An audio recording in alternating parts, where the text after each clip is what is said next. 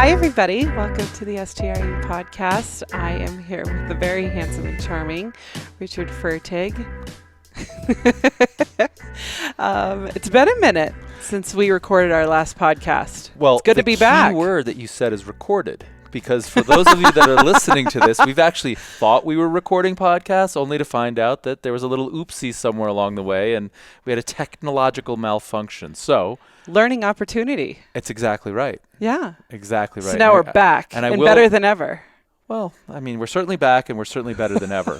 That said, I would like to take a moment and just apologize to anybody who was eagerly awaiting the release of this podcast for the delay, and I'd like to apologize to you for my frustration with that entire process because, as you know, I cherish my time and I really want to contribute and give people what, content and education, and for doing it, I get very frustrated when things don't really work out. So I apologize to everyone and to you in particular, Erica. Thanks for, being patient and understanding. Absolutely, of course. Thank you for that. I'm trying to grow through the frustration of life.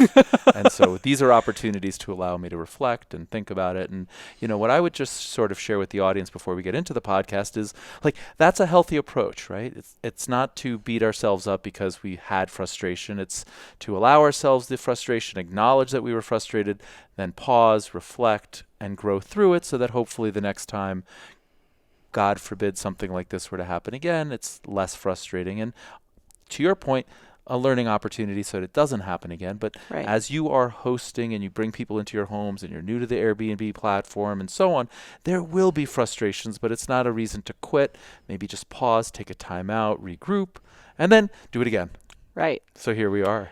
Right. Breathing. Well, it's important. Right? It is. Very much so. So if I recall, yes, the last time we tried to record this, we told a little story about the success and the launch of your father's Airbnb, and we had just gotten back from near Lake Tahoe, Serene Lakes, I believe. Yes. Serene Lakes, right? Mm-hmm. California, where we spent just after Christmas and before New Year's. We had a wonderful time. I met the entire Bossy clan. There was about 12 of them and so on and so forth. And as far as I could tell, I think I'm invited back. Yes, I believe so. Yeah, that's the word on the street. I don't think I did anything too terrible. No, not at all. In fact, I did do some things rather well. Yes. Share with them. Well, I mean, you are a phenomenal chef. I don't know, if the audience is, aware of that. But you are an incredible chef. And so... well, thank you. Absolutely. And the last night... because of our numbers, everybody kind of got delegated a night to cook, and we were the last night, and so cleanup hitter. we let everybody save the best go for first. Last, right? Listen, put all the pressure on. You're used to that. You're good with that. Yeah. So what happened? You slayed it. I mean, it was just incredible. It was so yummy. It was. We were up in the mountains and surrounded by snow and cold and wind, and as beautiful as it was definitely winter wonderland. And to have this home-cooked, super warm, super hearty meal, I mean, it was so good that my Aunt Barbara went home and tried to duplicate what you had made for us, I think a week or so later, and she believes failed miserably. Well, look, for those of you listening, I cooked pasta fazool, which is basically a peasant-type hearty pasta, bean, carrot, celery, onion. When I cook, I try to keep things really simple. In everything I do, I try and keep things simple. And so I kind of pride myself on using the least amount of ingredients and the least complications. And then just to make it even more, hard to replicate, we don't use recipes. We don't use timers. We don't, it's just the secret to all of this is the intention that we set. And we set an intention before you and I cooked. I gave you all the credit. I told the entire Bossy clan that this was going to be the Bossy pasta fazool and that I was supporting you in your role and so on and so forth. And by and large, that was actually true. But which was very sweet. I kind of feel like if you can do really amazing things with very few high quality ingredients and you set the intention of love and feeding family and you care and you don't micromanage and you don't care so much about the timing, but you just, become one with the food and one with the purpose. Right. It always works out really well. And so I think your Certainly aunt, did. although she's probably a very wonderful cook and chef and experienced and so on and so forth, was maybe perhaps too, like rule following and doing all of the things by the book. And, when you do things by the book, you get the book results. If you want to do something exceptional, you have to do it, By the heart. by the heart and in a unique fashion and give of yourself. Right. And so that's what we did. And so how do you give of yourself in the pasta fazool? Over a period of time, we just blended in the flavor as appropriate. It was a slow process, and I didn't even actually taste it because I just knew exactly where we were in it. But if you don't, then you just taste it, and slowly, over time, patience. And that's the same thing with the short-term rental business, right? Like, you're not going to expect immediate success. As much as we're giving you all the content that we possibly can, guidance and education and the videos, nothing beats experience. You got to do it. Right. You have to give yourself the opportunity to learn from your mistakes, like we talked about with the podcast. And so these lessons, you think Eric and I are just sitting here staring into each other's eyes, which we are. For those of you that are watching on the camera, it's true. But they're life lessons, and they apply to cooking and relationship and short-term rentals and Airbnb. And the basic premise, I believe, is to acknowledge self-love, give yourself a break, don't beat yourself up, and just keep trying until you nail it. Right. Right. Be as forgiving with yourself as you are with others, right? Exactly. And love yourself as much as you love others. Right. I think we're the most critical of ourselves. Sure, absolutely. So we're our biggest, hater, and we're the biggest, person who criticizes our look, our how we look and how we dress and how we feel, and it's just unhealthy. A much healthier approach is to accept who we are and love who we are, and then work through room for improvement areas, right? Right. Absolutely. So to that end, we're all learning new skills here on the podcast and operating the equipment and so on and so forth. And I'm just thrilled that and now we've got backups for backups. Yeah, I think we've got the headsets that you and I are wearing, so that's one, and then we've got the Tascam backup, and then we've got a shotgun mic over here, and so no matter what, this one's going to be recorded. It's coming live. Exactly. And I can't wait. You all are hearing this. So, but before we go any further in the podcast, and just to remind the people and those of you that are new, Eric and I catch up a little bit on what's going on in our lives as we're doing right now, and then the second segment is we go into news specifically related to Airbnb and short-term rentals. And I know Eric has got some great questions so that she's found and sourced. So I'm excited to address that. And then finally, we go to the listener call line. So I'm going to encourage everybody to please call in. We'll include the link in the description, the phone number rather. I don't have it memorized, but we need more questions. We want to hear from you. We want to grow you, and we want to do so and meet you where you are. So the best way to meet you where you are is for you to participate with us and call in and leave a bunch of questions. Anything about Erica, about myself, about us, about relationships, about short-term rentals. This is for you and for the community, and so we really would encourage you to pick up the phone. It's pretty much free in this day and age. It's 24/7. You can leave a voicemail. So whenever you have a question, just call the number and leave it, and we'll get to you. Absolutely. Yeah. So and some great questions have come in. What else is going on? We are enjoying winter here in Jackson for a while, which is amazing and beautiful. And I have a newfound and deep appreciation for being here. And Chuck is here. I know. Chuck has set up this little studio. It's a little bit, tight quarters. We're up in a loft. It's pretty interesting. And I'm great. just psyched that it's set up. Yeah, it's cozy. Make it so it's much great. easier for us to record anything, videos, I love any it. sort of content, just like when you have a setup. Yeah. It's great. We've been on the road for the last couple 100 days. And so that didn't allow. We had a backpack, and every time we set up and broke down just took a long amount of time, and there's a lot of variability and uncertainty. And if you want to do something well and repeated and sustained, you have to set up a system and a process. And so this little loft studio area is going to be permanently set up for us. And so all we have to do is come up here and hit record. That's right. So thank you, Charles. Yes, absolutely. Absolutely. Super grateful. So, I think you're skiing hard and enjoying playing in the snow, and I'm enjoying staying warm. and the après. Yeah. You après rather well. Yeah. But no, the skiing has been fantastic. We've received something like 10 feet of snow in the first 12 days of January. Yes. So it's absolutely epic Crazy. powder Yeah. skiing, and I've been very fortunate to go out with the club that I belong to here has hosted a couple of events, and so we had some backcountry guides and did some boot packing to get better lines and deeper powder, and it's just been absolutely epic. And it reminds me all of the decisions and all of the work that I did to get here, right? I mean, I came from New York City where this doesn't exist, and I had to pick a place and buy a home and furnish this place, and just tons of work and energy and effort designing my life to do exactly what it is that we're doing now. And it just feels so rewarding that, like, it's here. Right. It's amazing. Happening. And I'm so glad that you're joining me along this entire journey too. Me too. And now you're going to learn to ski. Yeah. That's exciting. Isn't it? Now, friends, for those of you who don't know, I ski a lot, and I'm not the best on the mountain by far. This is an insane mountain. There's some incredible, talented skiers here. But I ski the whole thing, and I do it okay. And so the good news is Erica's going to learn to ski, and so we can share some time together on the slopes and so on and so forth.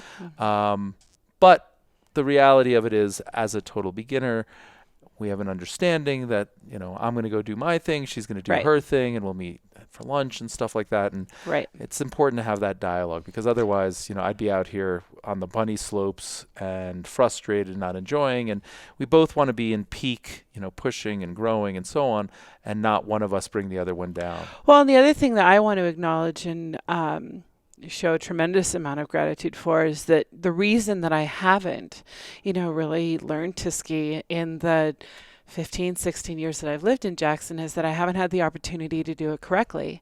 I haven't had the opportunity or the means to go, take lessons from from an instructor who, can show me how to ski properly and keep myself safe and make good decisions, and rent and own the right gear and make sure that I'm, healthy and prepared and warm and dry and all of those things that are really important, and incredibly important, especially for your enjoyment. Totally. Right. And it's also extremely expensive. I mean, the lift ticket here in Jackson Hole, I think, is now about $140 a day, and I spent a couple of $1,000s on a season pass. So it's not the kind of thing that people just do lightly or pick up. It's like, oh yeah, I've got a few $1,000s lying around, I'll try this. Right. I can attest to that. Right. It's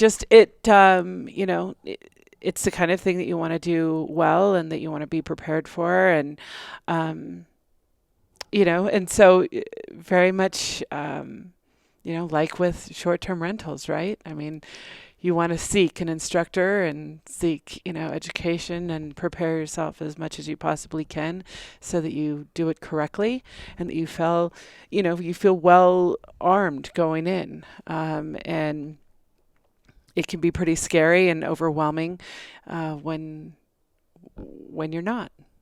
Well, the good news is we found the best instructor on the mountain. Yeah. The instructor who teaches all of the other instructors and is on the national team. And she's wonderful. I skied with her the other day in powder, and we've had a conversation. So that'll be teed up. But I'm just excited for you to get out there and do, like what brings so many people here to Jackson is the skiing. Right. And you've been, hanging here and not really enjoying that, although you have mastered tubing. Yes. And I've which gone is a real cross-country thing. skiing with you. And so, I know you can do that. Right. But now we're going up onto the mountain, Teton Village at the resort. Yes. And you're going to be great. Thank you. You're going to be I'm great. excited. A bona fide ski bunny. Yes. Hippity hop. Here we go. Hippity hop. All right. So what else, Erica? So in Airbnb news, apparently Airbnb has created software where basically it is detecting sociopathic or narcissistic too, right? Narcissistic tendencies or personalities. Which I found very interesting.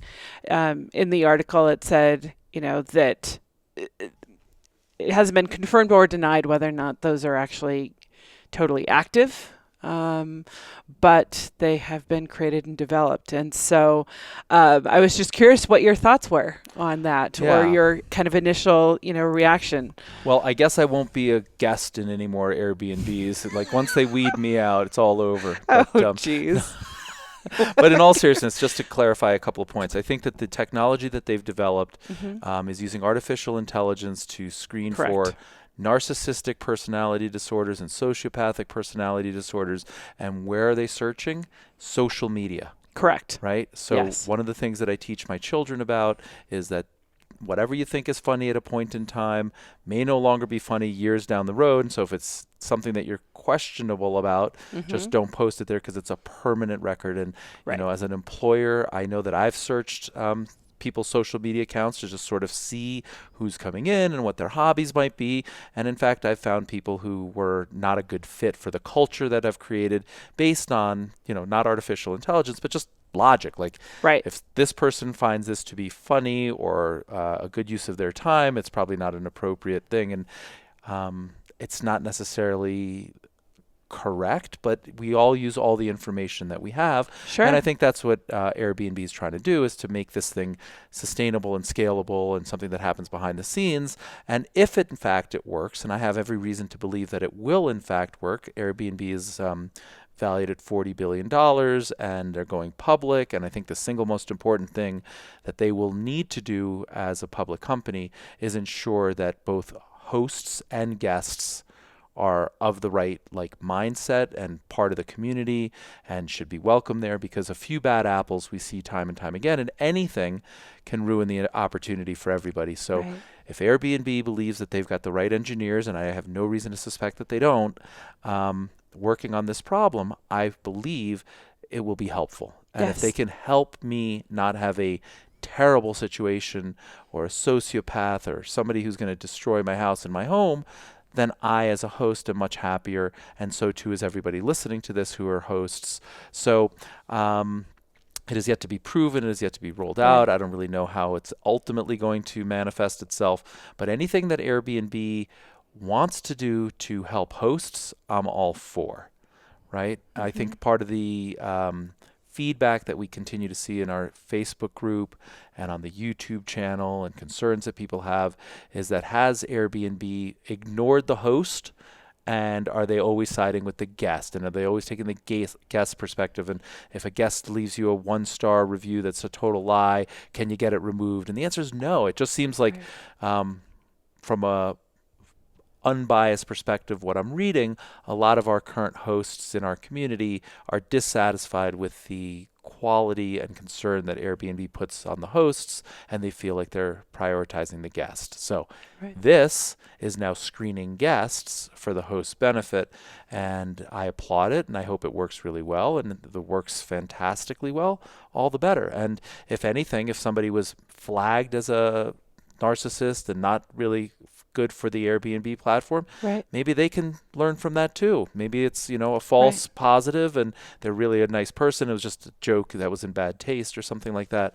So I think it's a really good thing. I mean, it's a little scary, this whole artificial intelligence and robotic and so on. But at the end of the day, anything that they can do to take the bad apples off their platform, I support wholeheartedly. Do you have any thoughts? It's really interesting. I'm in agreement with a lot of the points that you made, and I actually have been very much aware. I think within the last few years of posts or different commentary that I have made or partaken in regards to social media, because I do very much believe and know that to be true, that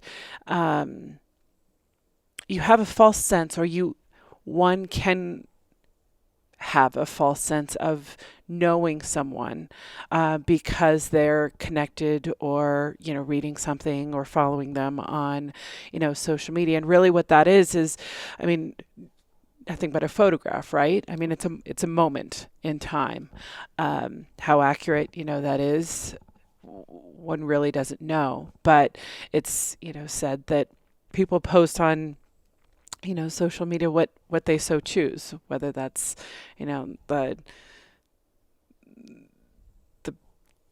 the perfect life, the perfect memory, the perfect circumstance, the perfect or imperfect, or so on and so forth. And how accurate that is or inaccurate, we don't really know.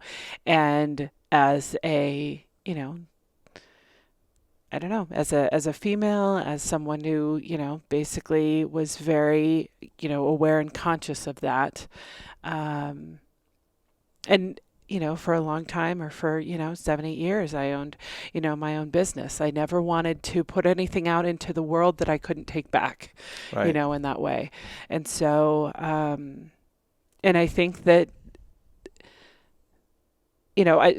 for example, if a client were to seek me out on social media, and I had posted something that was uncomplimentary or not in line with who I am, that could be detrimental. Absolutely. And by the way, as I said earlier, it's a permanent record, right? So Right. like there was an incident at the old high school that my children went to, Mhm. where as a joke, and I think it was even private, it might have been on Snapchat or something like that, but there was a comment and a photo that was posted years ago, Mhm. um, and then they were discovered, Mhm. and these children were actually kicked out of school and had to relocate and go to a different school and so on and so forth, about something that in the moment it didn't seem like a big deal, Right. and then it got forgotten about, but literally I think it was somewhere on the Right. It order of could like come back three to haunt years you. later Right. somebody discovered this, or Right. somebody had taken a screenshot and kept it, or whatever it was, and their lives are permanently changed, right? Right. Like you can't get kicked out of a high school these days for something like that and it just be Right. ignored or forgotten. It's Right. just poor judgment. So Absolutely. I think Absolutely. Airbnb, in scouring all of this public Mhm. information, and that's what it is, it's almost like they need to do this, Right. right? Because we're not doing it. I don't have all the details. They're withholding from me who's trying to book my place. They no longer share with me a Right. photo. I don't know their last name. I don't know where they live. So I'm just trusting the platform. And what Airbnb is trying to do is make the platform more trustworthy. Right. So I applaud it. Absolutely. Absolutely. I agree. I agree. Awesome. Well, thank you for sharing your thoughts on that. I I can't wait appreciate to it. see how it works out. I think it's going Yeah. to be really helpful, right? I mean, we use Absolutely. artificial intelligence in screening everything else out. Why not bad apples? Sure. Sure. Awesome. Well, with that, are you prepared to go to a Q&A with somebody that called in, left a voicemail? No, let me prepare. Okay, now I'm prepared. Now you're prepared. Now I'm Okay. prepared. Whew. All right. Awesome. Here we go. Hey guys, it's Anthony. We want to know, what is the secret to not having people bring pets and not telling us? We don't allow pets. We say no animals. We say no pets. We've had several people sneak in pets, get caught, not care. These are not service animals. They're just people who disregard rental agreements and house rules. What can we do? Talk to you guys soon. Wow. Boom. Well, So the first thing I would say, Anthony, is thank you very much for calling in. I appreciate it, and I would encourage other people to call in. That would be helpful. But I don't know that there really is a secret.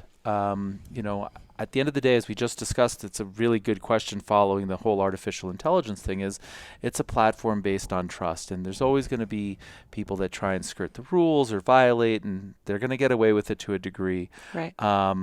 I think that perhaps a better question is just like, why are you so adamant that pets shouldn't be allowed? Now, if there's a really great reason, like we have white carpeting, or I'm allergic, I'm deathly allergic, then perhaps. But perhaps a better question is, why don't more hosts allow guests with dogs and charge accordingly, charge a greater cleaning fee, charge a per pet fee, whatever it is, so that these guests don't feel like they have to be sneaky. Instead, they could search on these platforms for dog-friendly places and then be welcome with open arms into like dog-friendly environments. But I think that a few things that you could do if this was important to you, and I'm not sure it's going to solve the problem 100%, but the things that come to my mind right now are you could meet the guest in person or have your property manager meet the guest in person. And if they see Fido in the back, then and like they don't go in and they've broken the terms, and so you'd have to take it up with Airbnb at that point about whether the guest canceled or what they do with their dog. I mean, if somebody's come all the way to your place and they've got a dog, it's unlikely they're going to leave them alone outside and never bring them in. So if somebody was to greet them, you'd know there's a dog, but now you have a more uncomfortable situation on your hands. So like that doesn't seem that sustainable.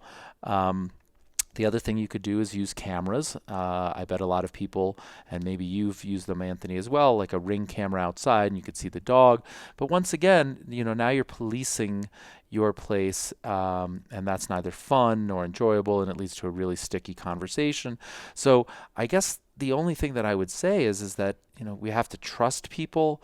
If you see that there was damage done by a dog, or additional cleaning done by a dog, you have the security deposit, you have the terms of service, you have your own house rules, they've broken them, and I believe Airbnb will side with you. But it just seems to me that that's energy that's not well spent, and perhaps we can figure out a way to get people with their dogs in a better place.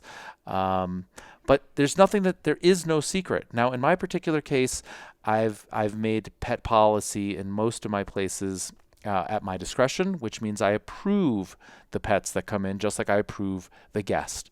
And so I ask questions like, can you please tell me the breed, the size of the dog, the age of the dog? Will it be left alone when you're not in the house? Are you bringing a crate? Like whatever set of questions I have so that I can get comfortable with it. Then I try to get comfortable with it, and in most cases I say yes. Mm-hmm. Now, why don't I get comfortable if it's a puppy? I don't want a bunch of, potty training accidents in my house, so I don't really allow that. If the people are going to go do things for an extended period of time and the dog's going to be left alone, then I don't like that. If the dog's left alone and they're bringing a crate, I feel differently about it. But then ultimately, it just comes down to trying to vet the right dogs. In my personal experience, and you and I've traveled for the last couple of 100 days, we see dogs in the nicest of hotels. In every hotel we've been to, Right. There's dogs everywhere. Right. And what I would say is that most of the people that are responsible dog owners could be some of the best guests too. Right. Right? So like, because I think that for the most part, they've got pretty attention to detail, right? I mean, they are very aware that to a certain degree, it's a luxury to be able to travel with their pet. And that I would venture to guess that whether it's a hotel, whether it's an Airbnb, so on and so forth, there is a pet deposit if they're being allowed to bring their pet. And they don't want to be charged that. They don't want to lose that. And they don't want to, and also, especially with like the Airbnb platform, you can, with the ability to give reviews on guests, Right. They don't want the negative feedback. Right. So that they're not in the future allowed to, bring Fido. The other thing too that I, think would be, or I would think would be helpful as a dog owner is if, they have an activity that's going to take them out of the home and Fido can't go with them, providing them with an alternative resource. So here's doggy daycare that Right. we've referred to a number of people, and, it's a really great place. People, dogs really seem to enjoy it. And so, by all means, bring him with you, but we only really want him in the house when you're with him or Right. crated. And when, you're not with him and you need somewhere, for him to go, call and ask for Bobby at, doggy daycare, and they'll take the best care of him. And so that way I feel like you're kind of setting them up for success as well. Yeah, and I think going back to the point that we were just making, I think the vast majority of dog lovers are the most conscientious, and they Right. want the best for the home and themselves and their dog and their pet. And, it's a responsibility. It's a big responsibility. Right. So they're traveling now with, say, dog food and bowls for water. And these aren't people that take this travel lightly, right? They're not just like homeless and staying in your home, and they also happen to have a dog. These Right. are people that are quite possibly the best guess, but it's a very personal decision, Anthony, and I'm not going to encourage you to change your policy. And maybe you do have things like allergies. In the case, the way that I phrase it, when I always say that, tell me more about your animals or your pets, I always say, I personally am a big dog lover. In fact, I have dogs myself, but not all of my guests are dog lovers, and either are my cleaning team. So I want to make sure that we're welcoming other guests in the way that they're expecting the place to be. So tell me more about your pet, how old, how big, and so on. I think the single biggest complaint that I have about dogs more than anything would be shedding. And that's something that's really hard to clean, and it takes a while to see, and so on. So me personally, I tend to avoid big dogs with big coats, like a golden retriever. But I feel very differently about, say, a smaller dog with a shorter coat. But everybody has their own rules. And by the way, I love golden retrievers. They're some of the best dogs in the world. But, a wet golden retriever coming off the beach with all this wet fur, that's a very different story than, a short-haired breed. Right. So, Anthony, I don't know if I've answered your question. I think I've given you a lot to think about, but there is no magic bullet. There is no fail-safe approach. I've given you a couple of choices where you meet somebody, greet them, let them in, but just realize if you do that, that could be a really uncomfortable situation. And, I guess it could escalate and be unsafe. So if you do something like that, just be safe, be cautious. The second opportunity is to use a camera and detect that something has gone wrong. It sounds like you probably already do that, or you wouldn't know that people were trying to sneak in the dogs. But, I think it's really important that you let the prospective guest know that you would consider their dogs, and then go through that process and then vet them. And I've often said that a well-trained dog, which most people traveling with dogs are traveling with well-trained dogs, could be less wear and tear and less damage and less stains and less concerning than, say, toddlers. Right. Like if we were just with your family and there was 4 young children and they were extremely well behaved and I didn't see any incident, but frankly, I'd be more concerned about 4 young children ranging in age from 1.5 to 8, plus minus, right? There's more potential for mess and crayons and paint and blood and spilling and juice. Vomit. Than a well-behaved dog who's just going to sleep. Right. Agreed. Good point. So I hope that was helpful. Yeah. Awesome. And again, provide resources, set people up for success. If you do decide that, that bringing a dog is okay and that you're comfortable with that, also provide additional resources, so that groomers, doggy daycare, so on, somebody that you trust, to come to the house and maybe walk the dog if they're, if that's helpful or important. Heck, you could even charge for it, right? Exactly. Get together with somebody who does that in your area and provide daily walks or whatever, grooming while you're here. Oh, you're going to be gone. Why not get your dog groomed? Right. All these little services, where you take a negative situation and turn it into a positive and make a little bit more money and get 5-star reviews and accept pets, and then people are favorably reviewing you, and then you become the go-to, pet lover's place, and it could change your life. Right. Just not being fear-based. Right. Because you never know, right? You never know which guest is going to be a problem. You never know which pet's going to be a problem. Totally. And so it's just fear-based, but it's not necessarily real. Right. Awesome. Well, thank you so much for your time. It's been a pleasure. It always is. I know. Isn't this podcasting fun? And this second take, I think, was at least as good, if not better, than the first. I would actually go out on a limb to say it was better. Awesome. Yeah. Well, I'm glad it didn't record then. Hooray. All right. Well, friends, thank you very much. Please call into the podcast. We'd love to answer your questions like we did Anthony. Yeah. The phone number will be in the description below. Yes. And until next time, thank you, Erica. Thank you. Appreciate it. So that does it for another episode of the STRU podcast.